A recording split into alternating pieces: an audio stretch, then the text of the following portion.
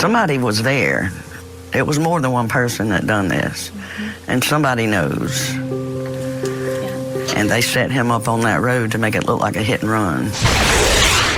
Hello and welcome to True Crime Rocket Science, the most authentic voice in true crime.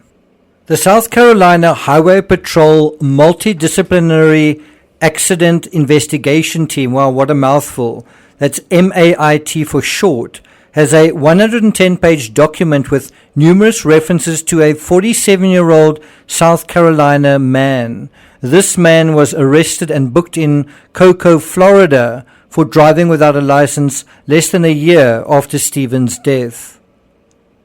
His name? Mark Bickhardt.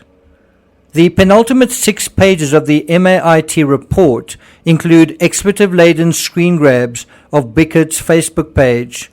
His ire seems to be directed at Stephen's sister, who he accuses, blames, and maligns. His Facebook posts from around July 2015 include photos of Stephen that I've never seen before, and apparently heartbroken messages from a bereaved ex-boyfriend, such as this one. Bickhardt's social media seem messy and incoherent, and there are references to substance abuse, but Bickhardt repeatedly refers to Stephen as his boyfriend.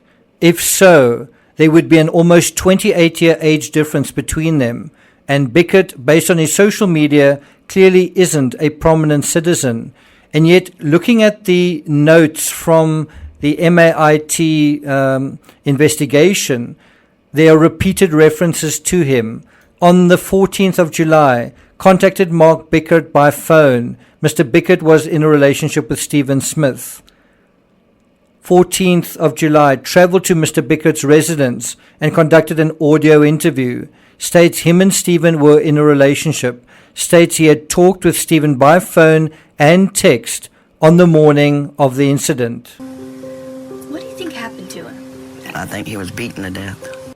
Before we get to the rest of this episode, if you haven't subscribed to the channel, please do.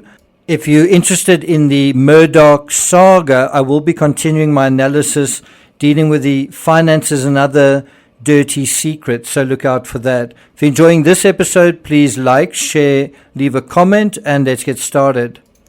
On the 15th of July, the references in the MAIT Investigative Report to Mr. Bickhardt continue. Mr. Bickhardt called at 16:37 hours and left a message. Mr. Bickhardt called 3 times at 34 minutes past midnight, at 35 minutes past midnight, and left a voice message. Mr. Bickhardt called twice while I was in a meeting. Call times looks like 10:49 in the morning and 10:51. Subject left a voice message, so he's repeatedly calling the authorities. A month later, 17th of August, attempted to contact Mark Bickhardt by phone, went straight to voicemail, left Mr. Bickhardt a message, time 10:54 hours. Attempted to contact Mark Bickhardt, left a message 10 past 1. The next day, 18 August, attempted to call Mark Bickhardt, still goes straight to voicemail, left a message 12:05 hours.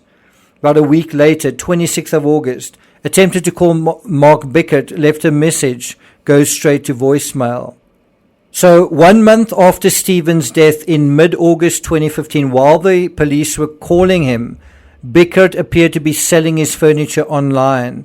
And then in mid-September, he left Hampton, South Carolina for Walterboro, South Carolina. And Walterboro is where the trial was held for Alec Murdoch, also where Alec Murdoch was convicted by a jury of his peers. Now, Bickhardt's Facebook posts continue to be peppered with photos of Stephen.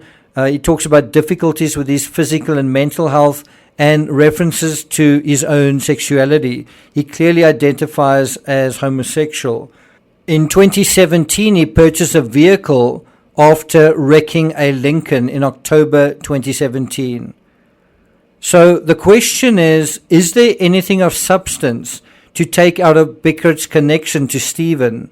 Also, why doesn't Stephen's mom ever mention him? And so this is an excerpt from his social media that I want to bring to your attention. And I'll put I'll put a link to his Facebook in the description so you can have a browse around yourself. And so these are Bickhardt's own words. 8 years ago, in a comment posted on Facebook on August 13, 2015, basically a month and a week after Stephen's death. This is what he writes. Okay, girl, I moved here to be with Stephen and closer to Stephen to go to school. And then he was killed July 8th on the back roads, Hampton. And it is a little bit garbled what he says. And they don't really know much of anything at this point. So they know, we know, and the cops know that he was coming to my house and leaving his father's house. That's about, I think he means that's about all I know. He says that they will not miss anything that I know. But at this point, they had it look like the car ran out of gas. He writes, it's impossible. I bought Stephen $150 gas card at the gate so that he had gas as of the second,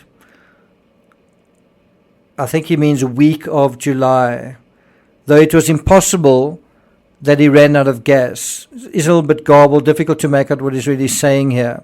They made it look like his car was found in one place and his body was found somewhere else.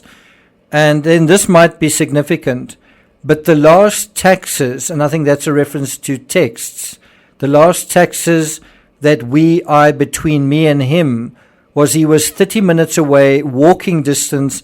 That's how far away he would be.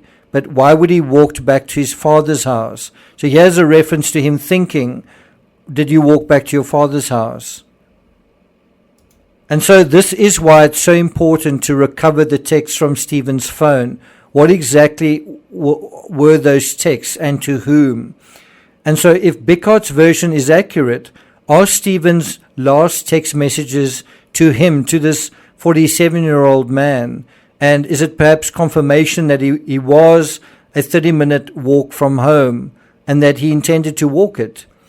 Another question is why, if Bickhardt was in the area and if he knew Stephen was stranded by the side of the road and awake and reading the love of his life's text messages, why didn't he go out and help him?